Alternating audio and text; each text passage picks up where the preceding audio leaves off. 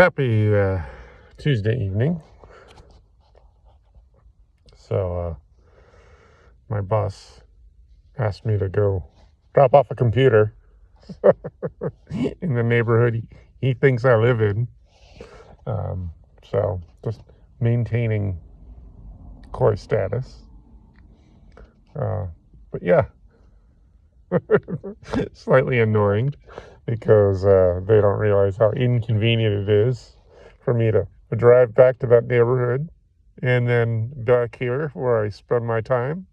It's like, they don't realize I don't actually spend my evenings over there. So it was during my other job, though. Anyway, um, it is getting a little chilly, and I just saw on YouTube an article of someone freezing, well, not freezing, burning to death in their car. Now, I think this person was probably on drugs. They haven't said. They don't know. Maybe they do and they're not saying. This was a minivan that burned down. So it's been getting down to about 30, which is slightly below freezing. I have 2 good solid blankets and everything in my car works. I get the car running for about 5 to 10 minutes for the heater to go, enough for the windows get kind of warm. I've got plenty of pillows and clean clothes, and I have a net that hangs between the 4 handles along the ceiling. So I have a pillow up there and a bunch of clean clothes folded. That helps with insulation. Just a tip.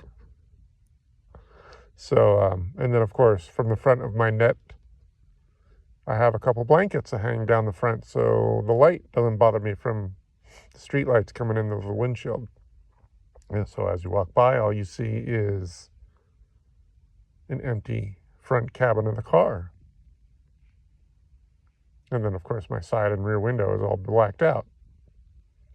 So I'm guessing that person was not mentally safe. I'm in the same weather down the street, not far from her, and I can stay warm. So for anyone who worries, I'm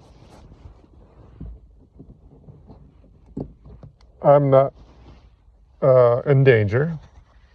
Even if it drops another 10 degrees colder than if it gets down to about 20, I should probably, what I'm thinking I'm going to do is get another comforter just to preempt any dropping temperatures. I mean, I'm told it doesn't get terribly cold for more than a week or so of the year. And that's pretty much it. I bought some pocket warmers. They're very small, but the pocket warmers I got are USB powered, and they warm up a little bit, but they're dimensionally about the size of the palm of my hands. So I'd show them, but they're up front in the car glove box. So it was an idea. I remember the pocket warmers that were Flint powered. I remember a friend showed me he had one in his pocket. A USB pocket warmer that's only, an inch and a half wide and 2 inches long. Yeah, that's not enough. I barely feel it. But as far as staying warm in freezing weather, 2 blankets has been pretty much enough. Even if I didn't have a working heater, obviously it's more convenient with a heater and comfortable. I'll spend 10 or 15 minutes watching YouTube while in the passenger seat. Obviously that burns a lot of gas.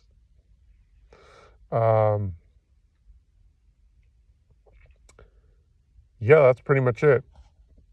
I just stay warm with a couple blankets and you're good. And the clean clothes I have folded, that net has been a big help. So, for $10, I'll show you tomorrow. I've shown it off before, but on a short. I'll go over the details, the updated details of how I've situated the interior of my car. This is a 2011 XB, by the way. So yeah, I've got my plastic tri-drawer collection of knickknacks, mostly clothes, some supplies, including some food. I've got a 6-pack of V8. I had some cherry juice and water. So just to stay hydrated. And that's pretty much it. Anyway, I hope everyone's holiday weekend, went well. It's Tuesday. So, yeah, I just was not feeling like jumping on camera. I just didn't have a whole lot to talk about. But I did have a fabulous weekend, which I did show off. I spent the entire weekend traveling. I spent my holiday down in Elkton. Had a wonderful turkey dinner with my friends down there. And yeah, I showed up the night prior to Thanksgiving. And then for Thanksgiving night, we spent the night there. And then I hung out till the early afternoon and left. That was fun. And that's pretty much it. Then I went to Coos Bay from Elkton. I realized my battery. I had just replaced the battery. I don't know how much I don't remember how much I talked about. I think I showed a picture, but yeah, when I was in Hood River the prior weekend, the battery stopped working. So I'm thinking it might actually have been the combination of it being about freezing and maybe a loose connection. I don't know. So I kept the battery instead of getting my $20 core charge. So it's sitting next to me here. I'm going to tinker with it when I have time and getting my hands on a charger and seeing if it is actually a bad battery. I figure that's worth a $20 sacrifice if it turns out to be a bad battery. And I think with the receipt, I can still return it. So anyway, where was I? Oh yeah, so I was in Hood River when the battery died and around freezing. So I asked one of the girls, this was about 8 o'clock, one of the neighbors was about leaving. I wasn't going to knock on anyone's door at that hour, but I asked her if she would jump me. And she had jumper cables, but she clearly didn't know what she was doing. She only did it begrudgingly. She didn't seem to really be excited to want to help me. She's like, everyone's always afraid that their car is going to get damaged. So here's what happened. She went to jump me, and her friend that was behind the driver's seat started the car, and one of them panicked. They turned off the car, and I hadn't quite had enough juice from them, so I got a couple cranks out of it. So, oh, by the way, yes, this is a 5-speed manual, and the battery was just so not working that I tried pushing it down the street and even rolling it down a steep street where I didn't need to push, and the battery was totally hosed. So, but I want to check to see if the battery, it's a lithium battery. No, I'm sorry, is it? Yeah, it's an AGM battery. So I'm guessing that just isn't as durable in the colder climates. And I've abused it. But where was I?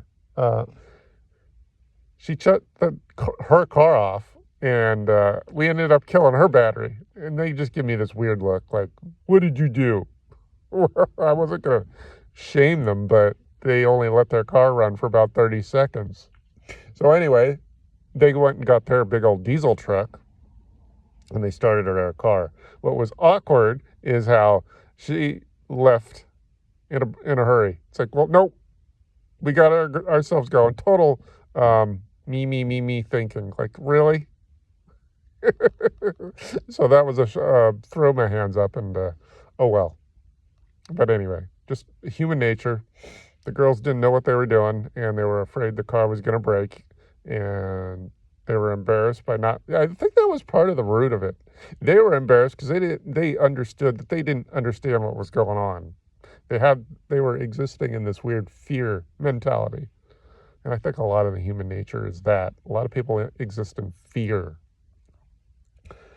Yeah, as new as an experience as this has been, I'm not in fear. So yeah, that was an interesting observation. It oddly felt contrived, like the universe put that situation there. And yeah, I had to walk 3 or 4 blocks to the nearest O'Reilly's. I thought about ordering an Uber, but in Hood River, I don't think they have a lot of Ubers. I figured I wasn't even going to have much luck. But anyway, I looked it up online, and I saw I only had to walk about 4 or 5 blocks. Bigger issue is walking back. Did I talk about the guy in a pickup truck that picked me up and saved my ass about 2 blocks, maybe 3? So that's what happened last weekend, or the weekend prior to the holiday. There we go. So, yeah, I just thought about that. I don't remember talking about it, though. And here we are, 2 days after the Thanksgiving weekend. And there we go. I guess that's all I've got right now. And I'll check in with you tomorrow. Things are good. I am warm. And that article that popped up on my YouTube feed made me think about it. This person is probably not in a mentally healthy space, which is how she ended up burning her car down. Don't know if she was on drugs. I mean, most people are smart enough not to start a fire in their car. Maybe there was some sort of overload of something, like maybe she took an electric heater and plugged it into an inverter and it overloaded or got really hot and got some soft part of the car on fire. I don't know. But anyway, stay warm, stay safe. I'm blocks from work, so the car doesn't get used for the day. Sometimes if I